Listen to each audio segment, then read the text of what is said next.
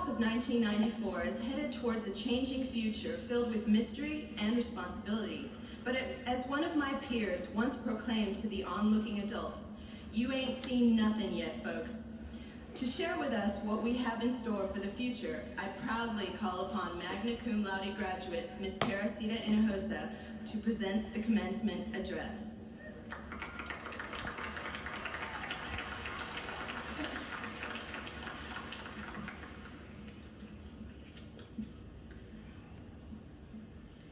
After 4 long years, the class of 1994 is finally seated here today, ready to graduate. To reach this point, determination and ambition overcame fear and doubt. We didn't know we couldn't do it, so we went ahead and did it. Well, here we are, and we're graduating. Yet, in all our excitement, we must keep in mind that our accomplishments should not be shelved as tokens of the past. Rather, they are tools for the future. Life is a journey, not a destination. It is limitless, a vast new world where only the brave will survive. As we cheerfully glance at friends, family, teachers, and administrators, we also look nervously at ourselves. We can't help asking, what does the future hold for us? And what do we have to offer the future? One lesson the past few years at Robert E. Lee High has taught us is how quickly and often our surroundings change. Everything has the power to influence our lives. Nature shifts the face of the earth. Politics switches the faces that rule on earth. Economics fills and empties our pocketbooks.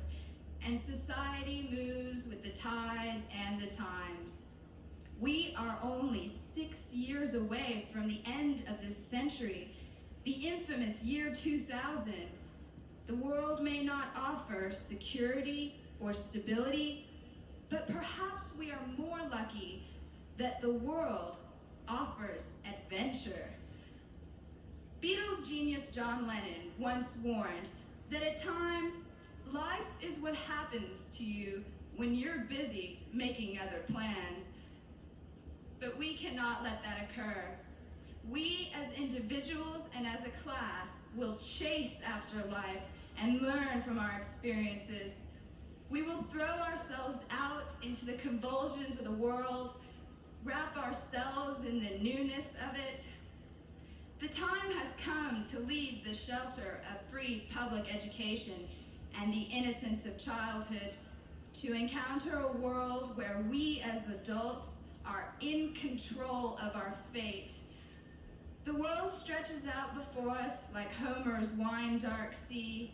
On its briny shores, we have built a castle and hidden behind its sandy walls. Yet inevitably, the safety offered by our high school haven will soon be enveloped by the tides. Recalling the words of guitar god Jimi Hendrix, castles made of sand drift into the sea eventually. Say goodbye to our sandy past and plunge right in. And as we test those waters of days to come, we also ask, what is it that we, the class of 94, can offer the future? This question is so hard to answer, for since we're young, many of us don't even know what we have to offer ourselves, much less the world. What we should do is support each other and share confidence in what we can accomplish. Keep in mind, we grew up surrounded by the me mentality of the 1980s. It was everyone for oneself, living by Donald Trump's idea that it's not whether you win or lose, it's winning.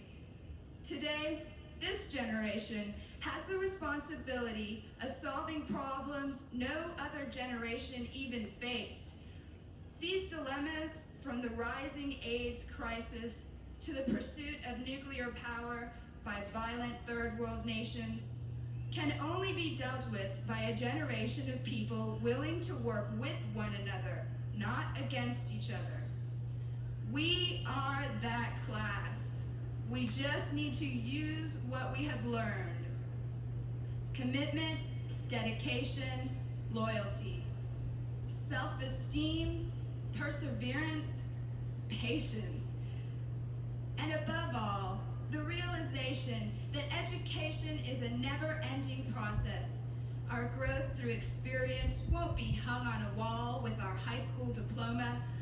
We will carry our passion for life and learning forever. Actress Helen Hayes once stated, "From your parents, you learn love and laughter and how to put one foot in front of the other. And when books are opened, you discover that you have wings."